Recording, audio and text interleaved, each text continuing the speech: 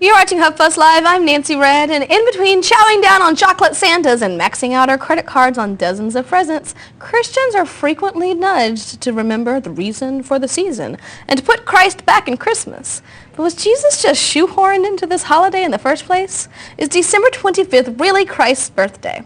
Joining me to discuss, we have a few wise men, not in a manger, but in our Google Hangout. First up, we have Dudley Rose, Associate Dean for Ministry Studies at Harvard University, filmmaker and columnist Joel Engardio, and we also have John Figdor, Humanist Chaplain at Stanford. Welcome, y'all. All right, my three wise men. Joel, I want to go to you because one of the aspects of Jehovah's Witnesses that makes people very confused about them being Christian is the fact they don't celebrate Christmas, right?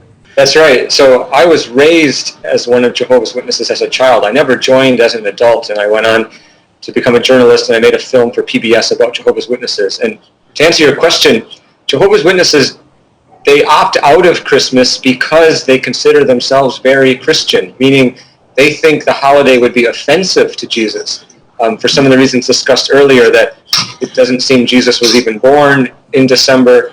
There's the pagan aspects of the tree, of Santa Claus, the commercialization of it. They think it would be blasphemous to celebrate Jesus during this time of year. And the other interesting connection is that Jehovah's Witnesses also don't celebrate birthdays. So therefore, they wouldn't celebrate the birth of Christ if they don't celebrate birthdays. And that's also connected in that the Jehovah's Witnesses are taught that nowhere in the Bible does Jesus actually celebrate his own birthday, and actually tells his apostles to celebrate his death, because that's what people are looking forward to be saved. So the idea of celebrating Christmas and birthdays just don't connect for the Jehovah's Witnesses. And now, is there a specific death day? Is there a death day that Jehovah's Witnesses celebrate? That's funny you ask, because comedians love to joke about Jehovah's Witnesses that they don't celebrate anything, but actually the one thing that they do celebrate is the memorialization of Jesus' death. And so this is like a very important day every year that they gather together and commemorate the eve of his death. So yes, they do celebrate that, but not much of anything else. Although they do celebrate Easter. What's that? I said it must make Easter more interesting. Yeah, that's right. They're against the Easter Bunny and all that too.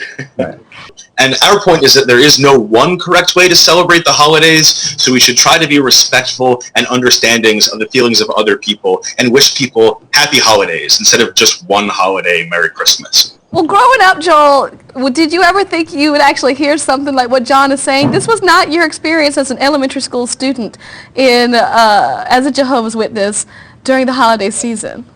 That's right. The kids today have it very easy if you're a Jehovah's Witness kid, because I was a child of the 70s and 80s, and so that meant, I had to be sent to the school library and sit by myself while the entire classroom had a Christmas party. What? So it's times have changed. So I think it's actually, I think it's kind of nice that things are neutralized and that it's a happy holiday season, and it just takes a lot of pressure off many different people, not just Jehovah's Witnesses. And as far as the Jonathan mentioned about giving respect. When I was young, we were always taught that if when you're in the store and somebody says Merry Christmas to you, as the Jehovah's Witness, we were told to say thank you, although we never returned the greeting, but at least we were respectful that someone was trying to wish us well. So, but yeah, it was definitely, as a kid who was growing up Jehovah's Witness, it was very traumatic, and not just the Christmas, birthdays and Halloween and everything else that we weren't allowed to do. Sure. I think we all know what the real reason for the season is, which is presents and the holidays and Santa Claus, who also isn't real, but that's a different story. That's rude, John. Do not tell people that Santa might not be real. But, Dudley, you have some interesting research I got in trouble that. for doing that. Show and tell in the 3rd grade, I announced to the whole class and told them why Santa's not real and got in trouble.